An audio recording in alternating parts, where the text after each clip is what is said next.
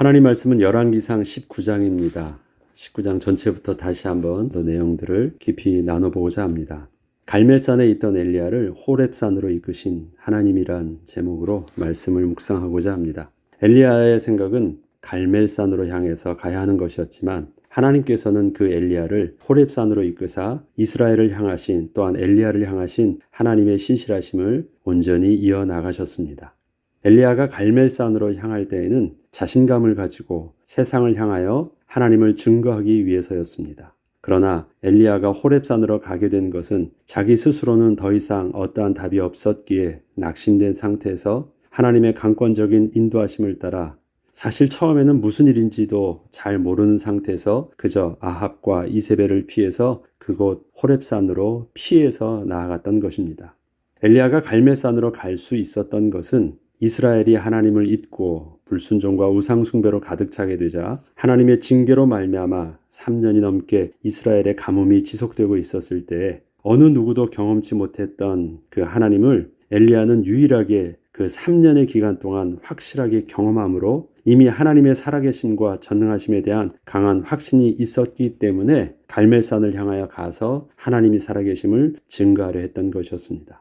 그동안 자신의 말 한마디에 가뭄이 시작되기도 했고 까마귀를 통하여 하나님의 보호하심과 실제적인 공급하심을 체험하기도 했으며 사르밧의 과부를 만나서는 하나님의 창조의 기적을 경험하였고 또 하나님께 간절히 기도할 때 죽었던 과부의 아들이 살아나는 기적을 응답으로 받기도 했던 것입니다. 이러한 엘리야의 눈에 비친 이스라엘의 모습은 사실 너무도 어리석었고 하나님 앞에서 너무도 악했으며 하나님의 진노를 피할 수 없어 보였습니다. 또한 하나님을 섬기던 제사장과 수많은 선지자들은 우상을 섬기던 이세벨에 의해서 모두 죽임을 당했기에 더 이상 하나님의 선지자는 찾아볼 수 없기도 했습니다.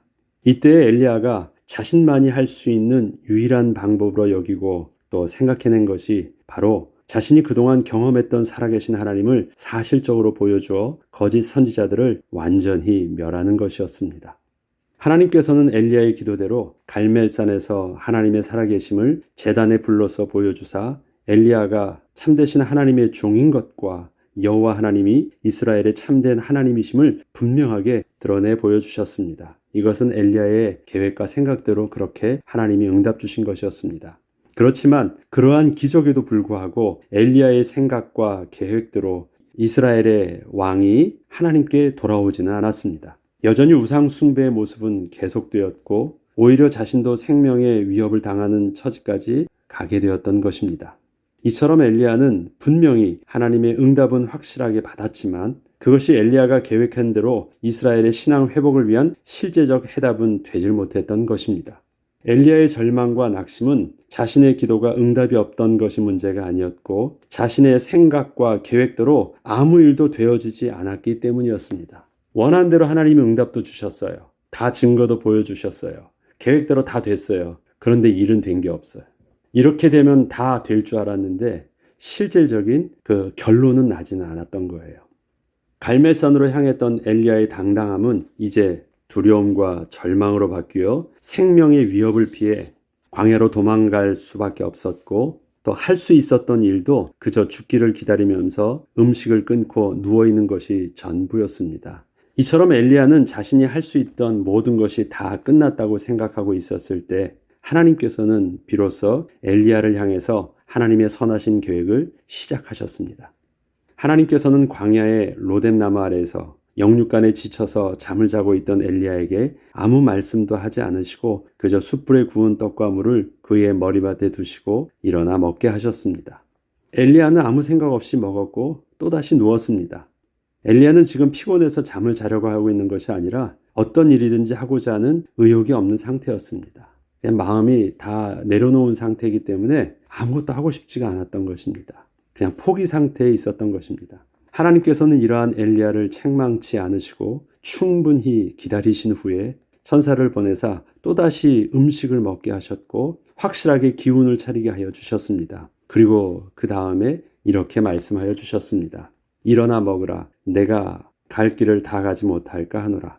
엘리야는 그동안 해볼 만큼 다 해본 자신이 마지막으로 선택할 수 있던 유일한 장소와 할 수 있는 일은 아무것도 없는 광야로 들어가 그저 삶을 포기하는 것이라 생각을 했었는데 하나님께서는 천사를 통하여 엘리야가 인생의 낙심의 순간에 진정으로 가야 할 것과 해야 할 일이 아직 남아있다고 하신 것이었습니다.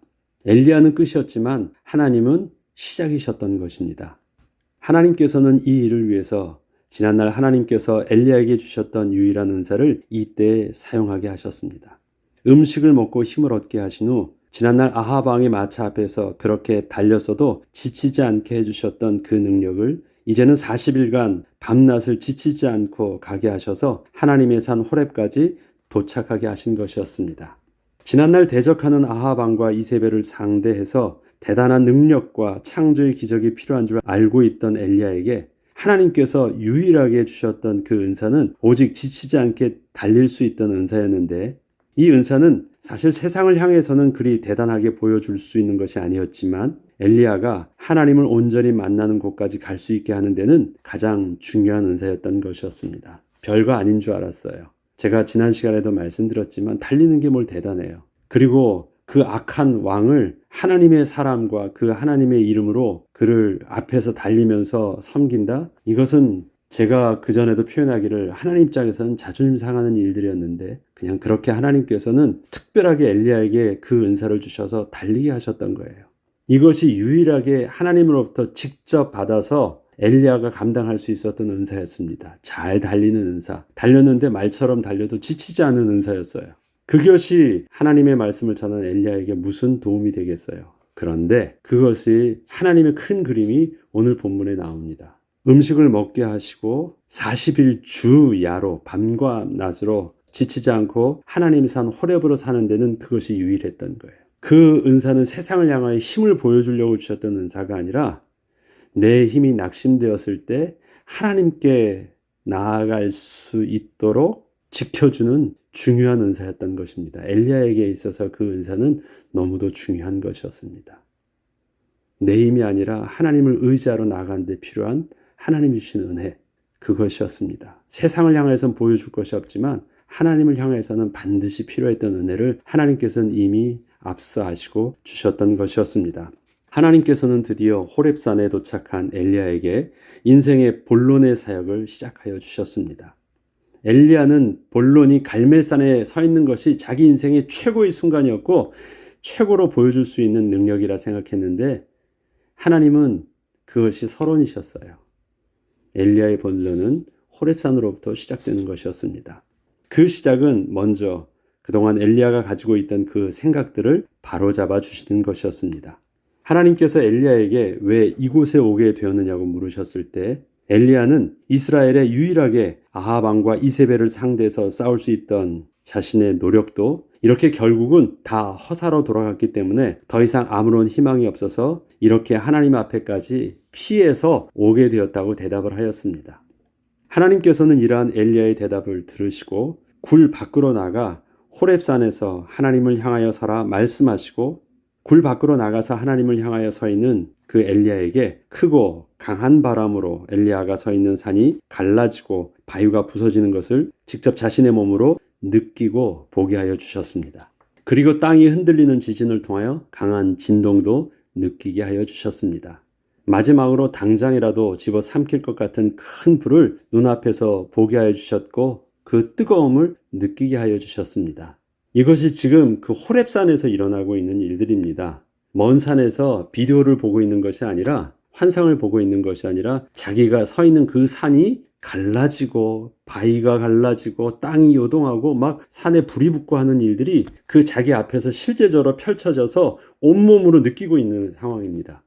엘리야는 자신의 인생 동안 한 번도 경험치 못했던 천지가 요동치는 모습을 보면서 이것이 바로 살아계신 하나님의 참된 모습인 줄 알았는데 너무도 이상한 것이 그러한 강력한 자연의 요동 속에 어떠한 하나님의 임재하심도 느낄 수 없다는 것이었습니다.